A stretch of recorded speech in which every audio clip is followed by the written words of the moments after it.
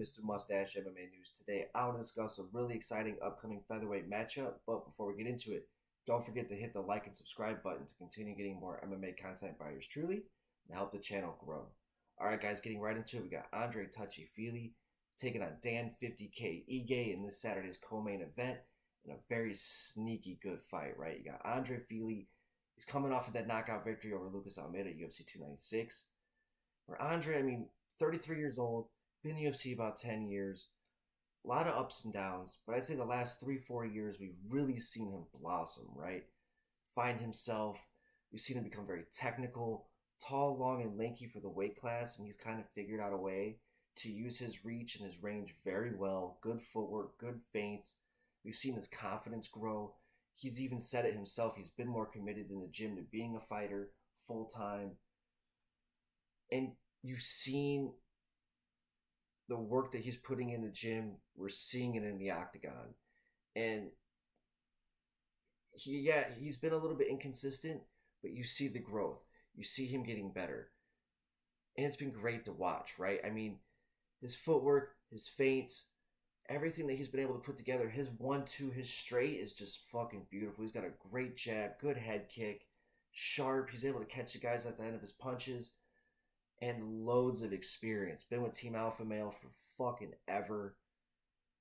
The one thing he struggles with, speed. We saw that in his fight against Nathaniel Wood, and I think that's something he might struggle with here against Dan Ige, because Dan, very tight, technical, fights in a phone booth, huge power. The times we've seen him struggle in the grappling department, where I don't see Andre utilizing his grappling very much. But if he does, that is a huge path to success, to at least be able to mix it up, give Dan something else to think about, because he struggles when guys change levels on him, mix it up. We saw that against Bryce Mitchell, Movsar Evalev, and gosh, who was it as well? I forgot the guy's name.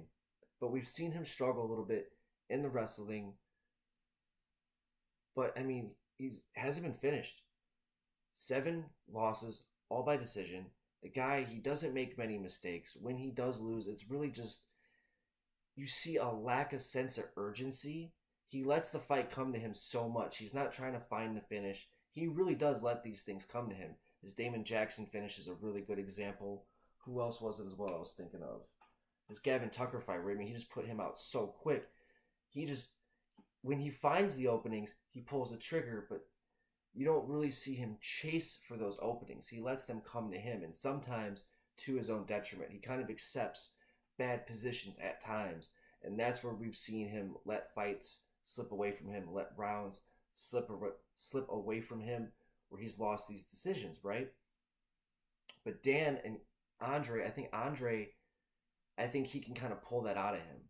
That's why I love this matchup. I think that Andre is the perfect dance partner to kind of pull that sense of urgency out of Dan Ige, to get him throwing a little bit, not be so tight.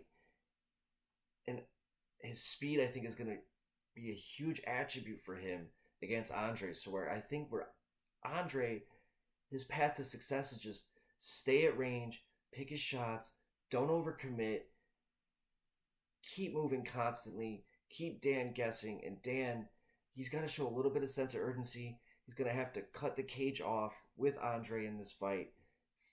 He's going to have to close that distance. He's going to have to get through that fire a little bit if he wants to find success and utilize his speed. Touch Andre, hurt him, so that once rounds 2 and 3 come, that accumulation it's gonna benefit him later on, to where as he hits him on later in the fight, it's gonna hurt more and more and more and more.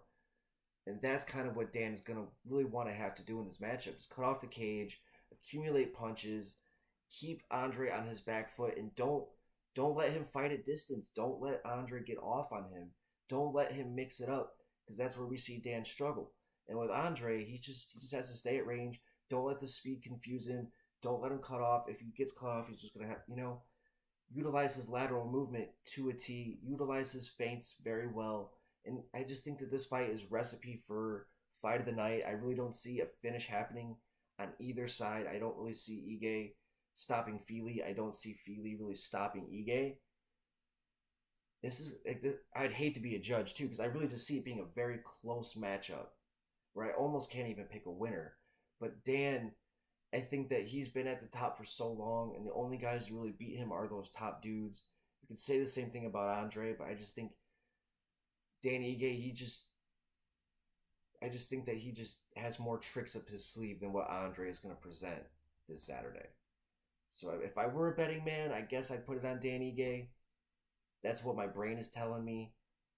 But it's such a close fight, man, and Andre's become such a good fighter. So I can't wait for this matchup. I'd love to hear your guys' thoughts. Do you guys think that Dan Ige is going to pull this off, or do you guys think that Andre Fili is going to show more growth and possibly even get himself back into a ranked position within the featherweight division? Love to hear your guys' thoughts. That's going to do it for today, guys. Mr. Mustache, MMA News out. Let's fucking go, fight fans.